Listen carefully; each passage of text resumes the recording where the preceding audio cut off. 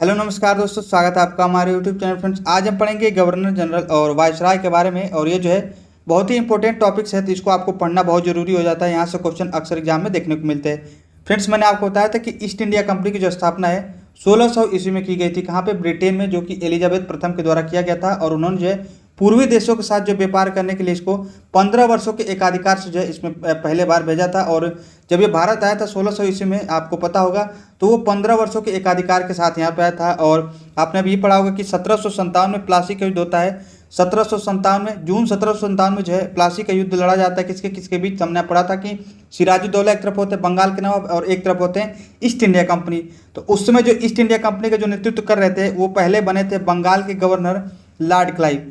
तो बंगाल के गवर्नर आप पढ़ेंगे, पहले बंगाल के गवर्नर लॉर्ड क्लाइव। ये आपको याद करना है कि बंगाल के पहले गवर्नर पूछता है तो कब, तो आपको बताना है कि लॉर्ड क्लाइव बने थे। और आपने ये भी पढ़ा था कि जब 1773 रेगुलेटिंग एक्ट आता है, तो बंगाल का जो गवर्नर था उस पद का नाम बदल के 1773 रेगुलेटिंग एक्ट के तहत बंगाल का गवर्नर जनरल कर दिया गया था। और पहले बंगाल के गवर्नर जनरल बनते हैं वारेन हेस्टिंग। और ये कब किया गया था? 1773 रेगुलेटिंग एक्ट के तहत।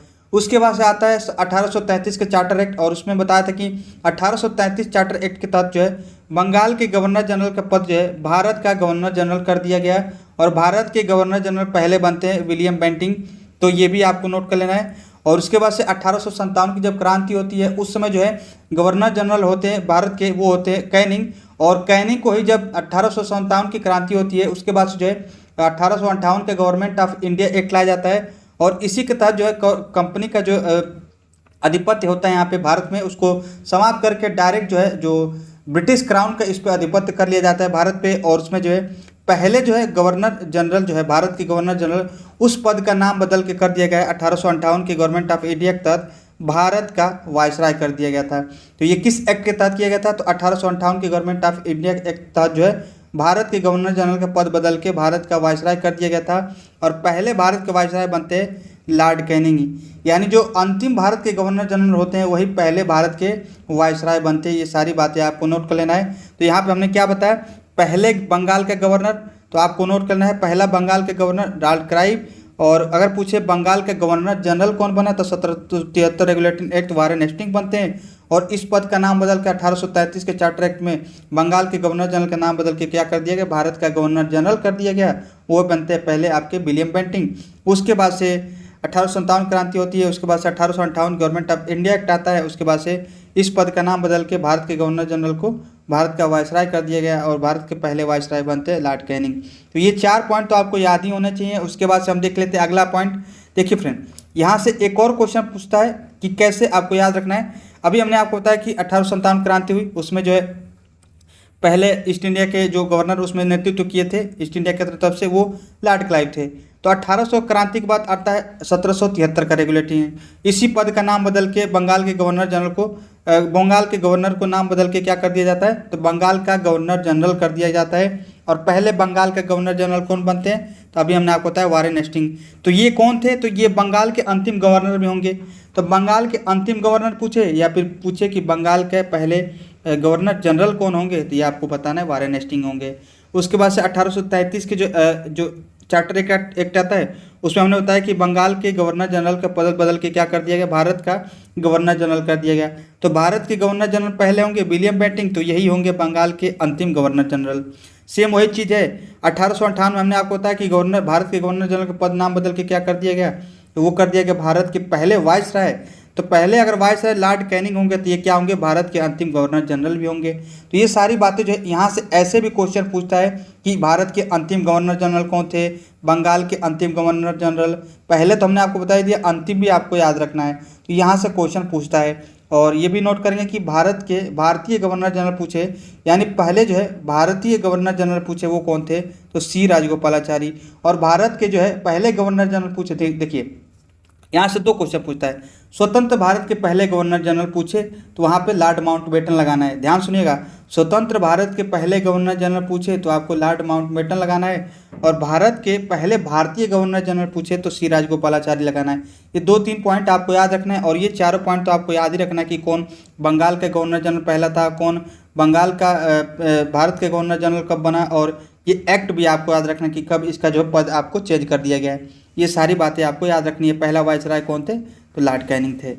तो अब देख लेते हैं क्लाइव के बारे में। तो देखिए फ्रेंड्स, क्लाइव की अगर बात करें तो ये जो है 2 बार भारत में रहा था। एक जो है 1757 से लेकर 1760 तक रहा था, और एक जो है 1765 लेकर 1767 तक ये गवर्नर रहा था। तो देखिए फ्रेंड्स, क्लाइव 1757 में आपको बताया कि जो प्लासी का युद्ध हुआ था तो ईस्ट इंडिया कंपनी की तरफ कौन था? क्लाइव था। और दूसरी तरफ कौन था? सिराजुद्दौला। तो सिराजुद्दौला जो है बंगाल के नवाब होते हैं, वो हार जाते हैं प्लासी के युद्ध में। उसके बाद से हमने आपको बताया था कि प्लासी का युद्ध जब खत्म हो जाता है उसके बाद से हमने आपको बताया था 22 अक्टूबर 1764 का होता है बक्सर का युद्ध। 22 अक्टूबर 1764, उसमें एक तरफ थे आपके हेक्टर मनरो जो कि ईस्ट इंडिया कंपनी का नेतृत्व कर रहे थे, और एक तरफ तिलगुट सेना थी जिसमें थे एक बंगाल के जो है आपके शासक थे कौन? तो मीर कासिम। एक थे आपके अवध के नवाब, वो कौन थे? तो वो थे शुजाउद्दौला। और एक थे दिल्ली के साम्राज्य, मुगल साम्राज्य के शासक थे, वो कौन थे? शाह आलम द्वितीय। ये तीनों लोग एक तरफ थे, एक तरफ था हेक्टर मनरो। हेक्टर मनरो जीत जाता है, ये तीनों लोग हार जाते हैं। उसके बाद से इलाहाबाद की संधि होती है, और इलाहाबाद की संधि के लिए क्लाइव को बुलाया जाता है। और क्लाइव आता है, तो क्लाइव एक होता है 12 अगस्त 1765 को एक होती है संधि, जो कि किसके साथ होती है? अवध के साथ होती है। और एक होती है दूसरी संधि 16 अगस्त 1765 की, जो कि शाह आलम द्वितीय के साथ होती है। तो देखिए फ्रेंड्स, इसके बाद से आपका बंगाल में द्वैध शासन लगा दिया जाता है, और बंगाल में द्वैध शासन लगाता है कौन? तो क्लाइव ही। तो ये 3-4 पॉइंट आपको नोट करना है, और बंगाल के पहला गवर्नर भी बनता है। तो ये आपको सारी बातें आपको नोट करना है कि बंगाल के पहले गवर्नर कौन थे? तो आपको क्लाइव लगाना है। द्वैध शासन लागू करने वाला कौन था? तो क्लाइव था। इलाहाबाद की संधि किसके द्वारा कराई गई थी? 1765 में, तो क्लाइव ही था। और प्लासी का युद्ध कब हुआ था? इसी के समय में हुआ था, ये भी आपको नोट कर लेना है, क्लाइव के समय में। और बक्सर के युद्ध में, जब बक्सर के युद्ध कौन था? बक्सर के युद्ध हमने आपका हेक्टर मनरो था एक इंडिया कंपनी की तरफ, और ये 3 लोग तो एक तरफ होते हैं। ये सारी बातें आपको क्लाइव से संबंधित है। उसके बाद से आते हैं हॉलवेल। हॉलवेल 1760 ईस्वी की बात करते हैं। इसमें जो है ब्लैक होल की घटना आपने पढ़ी थी। 20 जून 1756 हुआ था। उसमें मैंने आपको बताया कि जो सिराजुद्दौला था, बंगाल का नवाब सिराजुद्दौला, उसने क्या किया था? 146 लोगों को एक जो है कमरे में बंद कर देता है। उसमें जो है 23 लोग केवल बचते हैं, जिसमें जो है हालवेल भी बचता है। उसने घटना सुनाई थी कि ये ब्लैक हॉल की घटना ये कब हुई थी? तो आपको याद रखना है 20 जून 1756 को। तो ये आपको घटना याद रखना है किसके समय में हुई थी? तो हालवेल के समय में। एक आते हैं वेंसिटाट, ये जो है 1760 से लेकर 1765 तक रहे थे। और इसमें इंपॉर्टेंट आपको याद रखना है, जब बक्सर का युद्ध हुआ था उसमें ईस्ट इंडिया कंपनी के गवर्नर कौन थे? तो यही थे वेंसिटाट। हमने आपको बताया है कि बक्सर के युद्ध 1764 में हुआ था 22 अक्टूबर 1764। एक तरफ थे ईस्ट इंडिया कंपनी का नेतृत्व कर रहे थे रॉबर्ट आपके हेक्टर मनरो, और एक तरफ थे तीन सेनाएं थी। एक बंगाल के थे, एक अवध के थे, और एक दिल्ली के जो मुगल सम्राट थे शाह आलम द्वितीय। ये 3 लोग एक तरफ थे, और एक तरफ थे आपके हेक्टर मनरो। तो Hector Munro East India Company का नेतृत्व कर रहा था, लेकिन उस समय गवर्नर कौन थे? तो वेंसिटाट है। ये इंपॉर्टेंट क्वेश्चन है, आपको याद रखना है। अब देख लेते हैं अगले आपके गवर्नर आते हैं। और देखिए, अब आता है 1773 का रेगुलेटिंग एक्ट। अभी हमने आपको बताया कि 1773 रेगुलेटिंग एक्ट जो है बंगाल के गवर्नर को क्या कर दिया गया? बंगाल के गवर्नर जनरल कर दिया गया। और पहले बंगाल के गवर्नर जनरल कौन बनते हैं? तो वारेन हेस्टिंग बनते हैं। ये दोनों तीनों पॉइंट आपको नोट करने हैं। और 1773 के रेगुलेटिंग एक्ट के तहत ही जो है जो बंगाल के जो गवर्नर जनरल थे उसको जो है बम्बई और मद्रास जो है इसी के अधीन कर दिया जाता है। यानी बंगाल के गवर्नर जनरल के अधीन जो है बम्बई के गवर्नर और मद्रास के गवर्नर इसी के अधीन कर दिया जाता है 1773 के रेगुलेटिंग एक्ट के तहत ही। और बंगाल के पहले गवर्नर जनरल कौन बनते हैं? Warren Hasting. वारेन हेस्टिंग की बात करें तो अभी हमने आपको बताया कि बंगाल में जो स्थापित जो द्वैध शासन था उसको समाप्त कर दिया जाता है, जो कि क्लाइव के द्वारा लगाया जाता है 1765 में। तो 1765 में द्वैध शासन बंगाल में लगाने वाला क्लाइव था, हटाने वाला कौन? तो वारेन हेस्टिंग। और 1773 के रेगुलेटिंग एक्ट अभी हमने बताया था कि कोलकाता में किया गया था, और उसमें जो है उच्चतम न्यायालय की स्थापना की जाती है 1774 में। और इसके जो पहले मुख्य न्यायाधीश बनते हैं एलिजाबेथ इम्पे बनते हैं, ये भी आपको नोट कर लेना है। और ये कब तक रहा था? तो 1772 से लेकर 1785 तक वारेन हेस्टिंग रहा था। देखिए, सारी बातें तो आपको याद ही रखनी है। साथ ही साथ ये जो है जितने भी पॉइंट यहाँ पे लिखाया गया है ये एक तरह से क्रीम है। अगला पॉइंट देखेंगे कि इसी के समय जो है वारेन हेस्टिंग के समय ही चार्ल्स विल्किंस एक व्यक्ति होते हैं जो कि भगवत गीता को अंग्रेजी में अनुवाद करते हैं, ये भी आपको नोट करना है। और 1784 में जो एशियाटिक सोसाइटी ऑफ बंगाल की स्थापना की गई थी इसी के समय में की गई थी। और 1780 में जो है भारत का पहला समाचार पत्र द बंगाल गजट प्रकाशन हुआ था, और किसके द्वारा की गई थी? तो जेम्स अगस्टस से की। ये दोनों पॉइंट आपको याद रखना है। सबसे पहले क्वेश्चन पूछता है कि एशियाटिक सोसाइटी ऑफ बंगाल कब लाया गया था? 1784 में। किसके समय में? तो उस समय वारेन हेस्टिंग क्या था? बंगाल का गवर्नर जनरल था। और 1780 में भारत के पहला जो समाचार पत्र द बंगाल गजट भी जो प्रकाशन किसके द्वारा की गई थी, ये पूछता है पहला क्वेश्चन, जेम्स अगस्टस हिकिस द्वारा। और किसके समय में, तो वारेन हेस्टिंग के। तो वारेन हेस्टिंग से ये 3-4 पॉइंट आपको याद ही रखना है कि बंगाल में द्वैध शासन को हटाया और बंगाल का पहला गवर्नर जनरल बनता है। और इसी के समय में रेगुलेटिंग एक्ट लाया गया था, यानी रेगुलेटिंग एक्ट के तहत इस गवर्नर जनरल का जो है बंगाल के गवर्नर का नाम बदल के बंगाल का गवर्नर जनरल कर दिया। पहले गवर्नर बनते हैं आपके गवर्नर जनरल बंगाल के वारेन हेस्टिंग। और 1774 में जो आपके उच्चतम न्यायालय सुप्रीम कोर्ट की स्थापना की जाती है, जिसमें जो है एलिजाबेथ प्रथम आपके मुख्य न्यायाधीश होते हैं। और इसी के समय में जो चार्ल्स विल्किंस था वो जो है भगवत गीता का अंग्रेजी में अनुवाद करता है। 3-4 पॉइंट आपको याद रखना है। अगला देख लेते हैं कार्नवालिस के बारे में। इसके बाद से कार्नवालिस आते हैं और इनसे इंपॉर्टेंट क्वेश्चन यही पूछता है कि पुलिस का जनक, सिविल सर्विस का जनक और अस्थायी बंदोबस्त का जनक कौन होते, तो लॉर्ड कार्नवालिस। इसका जो कार्यकाल 1746 लेकर 1793 तक रहा था। और इसकी जो है एकमात्र ऐसा जो है गवर्नर जनरल है जिसके जो है आपका जो समाधि स्थल है वो गाजीपुर, यानी हिंदुस्तान में मिलता है, गाजीपुर यूपी में।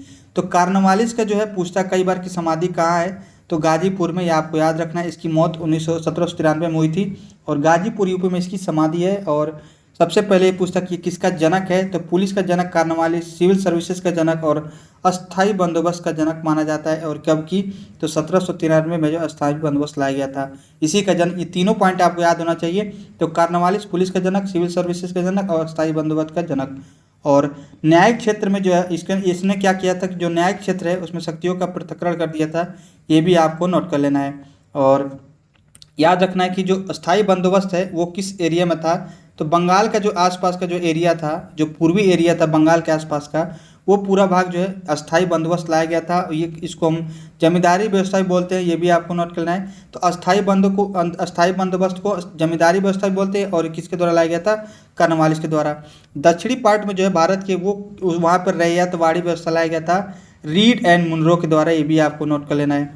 और महलवाड़ी जो व्यवस्था आप पढ़ते होंगे वो था नॉर्थ ईस्ट एरिया वाला, जो कि हॉल्ट मैकेंजी के द्वारा लाया गया था। तो ये था आपके कुछ इंपॉर्टेंट पॉइंट जो कि याद रखना है आपको।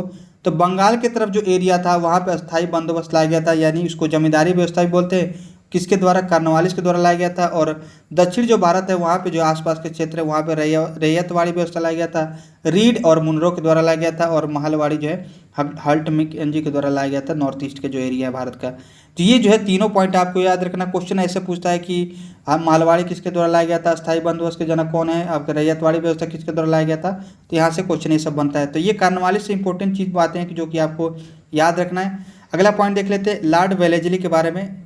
लॉर्ड वेलेस्ली के बारे में सबसे इंपॉर्टेंट आपको याद रखना है कि इसके जो है इसने सहायक संधि लाई थी। और भारत में जो, हालांकि सहायक संधि के जो जनक माने जाते हैं वो डुप्ले को माना जाता है। देखिए, सहायक संधि लाया गया था किसके द्वारा, डुप्ले के द्वारा, लेकिन भारत में अगर पूछे तो वो आपको लगाना है लॉर्ड वेलेस्ली के द्वारा लाया गया था।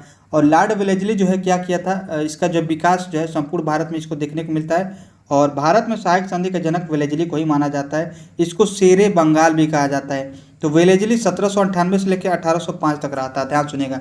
वेलेस्ली का सबसे इंपॉर्टेंट पॉइंट किसने सहायक संधि के जनक माना जाता है भारत में।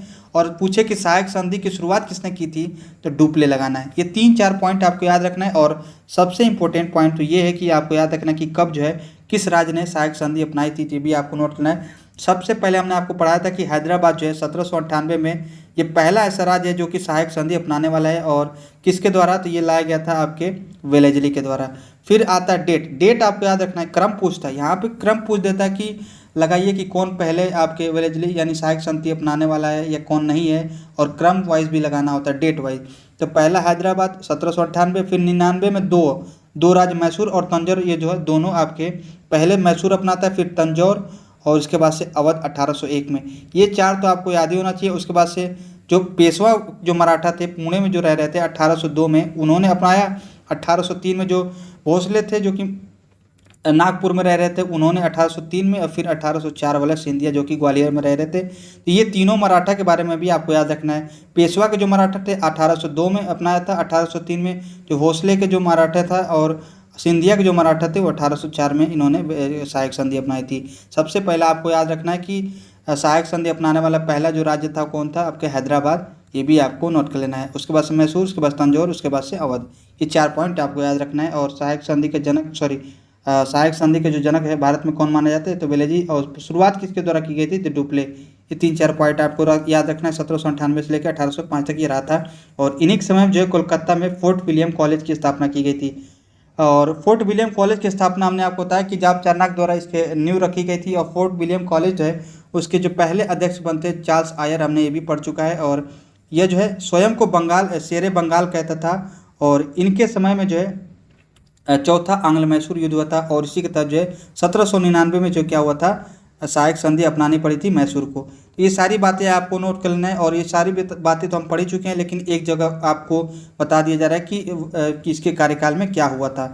उसके बाद से हम देख लेते हैं लॉर्ड मिंटो के बारे में। तो लॉर्ड मिंटो प्रथम ये है और 1807 लेके 1813 तक ये रहते। तो लॉर्ड मिंटो प्रथम में सबसे इम्पोर्टेंट बात याद रखना है कि राणा रणजीत सिंह के जो अमृतसर की संधि हुई थी उस समय गवर्नर कौन था, तो यही था अमृतसर की संधि के समय। और अमृतसर की संधि किसने किया था, देखिए ये तो गवर्नर तो था, लेकिन संधि किसके द्वारा की गई थी, तो संधि में भाग लिया था मेटकॉफ।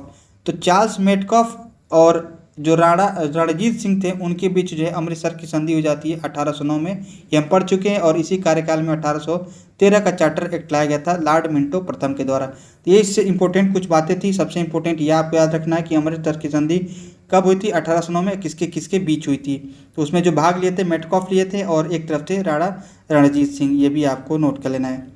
अगले आते हैं लॉर्ड हेस्टिंग्स। इनके बारे में अगर बात करें तो 1813 से लेकर 1823 तक रहा था। और ये जो है सबसे इम्पोर्टेंट इसमें याद रखना है कि 2 बार बंगाल के गवर्नर जनरल रहा था ये। और 1822 में बंगाल में जो है काश्तकारी अधिनियम लागू किया था वारेन हेस्टिंग। अगला है आपके लॉर्ड एमहर्स्ट के बारे में। इसमें जो है 1823 से लेकर 1828 तक रहा था। और इसके समय में सबसे इम्पोर्टेंट बात है कि प्रथम आंग्ल वर्मा युद्ध हुआ था 1824 से लेकर 26 तक। और इसमें है एक यान्डुबू की संधि हुई थी 1826 में। जब ये प्रथम आंग्ल वर्मा युद्ध खत्म होता है उसके बाद यान्डुबू की संधि होती है 1826 में। तो ये किसके समय में हुई थी, ये क्वेश्चन पूछा हुआ था। तो एमहर्स्ट के बारे में ये आपको याद रखना है। अगला है आपके लॉर्ड विलियम बेंटिंग। और बंगाल के जो अभी हमने आपको बताया बंगाल का अंतिम गवर्नर जनरल था और भारत के पहले गवर्नर जनरल, ये भी आपको याद रखना है। तो जो आपके अंतिम होगा वही आपके अगला जो है भारत का प्रथम आपके गवर्नर जनरल होगा। यानी पहले वाला का अंतिम, अगला वाला का पहला, ये सारी बातें आपको याद रखना है। तो अभी हमने आपको बताया कि बंगाल के अंतिम गवर्नर जनरल होंगे, तो भारत के पहले गवर्नर जनरल कौन होंगे, तो लॉर्ड विलियम बेंटिंग। और सती प्रथा सबसे इंपॉर्टेंट, ये आपको याद रखना है। सती प्रथा का अंत 1829 में इसी के समय में की गई थी राजा राम मोहन राय के प्रयास के द्वारा। और इसको धारा 17 के तहत ये समाप्त किया गया था, ये भी आपको नोट करना है। इसमें एक धारा 17 है, उसके तहत इसको समाप्त किया गया था सती प्रथा का अंत, ये भी आपको नोट करना है। फिर जो अगला है विधि आयोग का निर्माण। आप पढ़ते होंगे मैकाले इसके अध्यक्ष बने थे, 1834 में लाया गया था विधि आयोग का निर्माण, ये भी आपको याद रखना है। और दास प्रथा का अंत पूछे तो दास प्रथा का अंत के लिए अधिनियम लाया गया था। अभी हम देखेंगे दास प्रथा का जो अंत है वो 1843 में किया गया था एलन ब्रो के समय, लेकिन अधिनियम लाया गया था इसी के समय में लॉर्ड विलियम बेंटिंग के द्वारा। और ठगी प्रथा का भी अंत किया गया था, ये भी आपको नोट कर लेना है। तो इसके समय में 3-4 पॉइंट आपको याद रखना कि पहला जो है भारत के गवर्नर जनरल था, सती प्रथा का अंत 1829 में, ये डेट ये आपको याद रखना है। विधि आयोग इसी के समय में लाया गया था, उसके पहले अध्यक्ष मैकाले बनते हैं। और दास प्रथा का अंत के जो लिए अधिनियम लाया गया था और ठगी प्रथा का अंत भी इसी के समय में किया गया था। ये 3-4 पॉइंट आपको इससे संबंधित याद रखना है। 1828 से लेकर 1833 तक 1838 तक रहा था। और अभी हमने आपको बताया था कि 1833 के चार्टर एक्ट के तहत जो है बंगाल के जो गवर्नर जनरल था उसका पद जो है भारत का गवर्नर जनरल कर दिया गया। आप देख लेते हैं अगले हैं मेटकाफ। अभी हमने आपको बताया सबसे कि मेटकाफ को जो है कहा जाता है समाचार के जो है मुक्तिदाता। ये सारी पॉइंट जो लिखा गया है ये क्वेश्चन के तौर पे पूछे गए, उसको यहाँ पे रखा गया है एक तरह से। तो मेटकाफ जो है समाचार पत्रों का मुक्तिदाता कहा जाता है। और जो समाचार पे प्रतिबंध लगाया गया था उसको हटाया गया था। और अमृतसर की संधि अभी हमने आपको बताया 1809 में कौन भाग लिया था, तो मेटकाफ और एक तरफ थे राणा रणजीत सिंह। अगले आते हैं ऑकलैंड। इसमें जो है 1836 से लेकर 1842 तक रहा था। और ग्रांड टैंक, ये भी सबसे इम्पोर्टेंट इसमें पूछता है कि जो जीटी रोड था उसकी मरम्मत किसने करवाई थी, तो ऑकलैंड, ये भी आपको नोट कर लेना जो कि।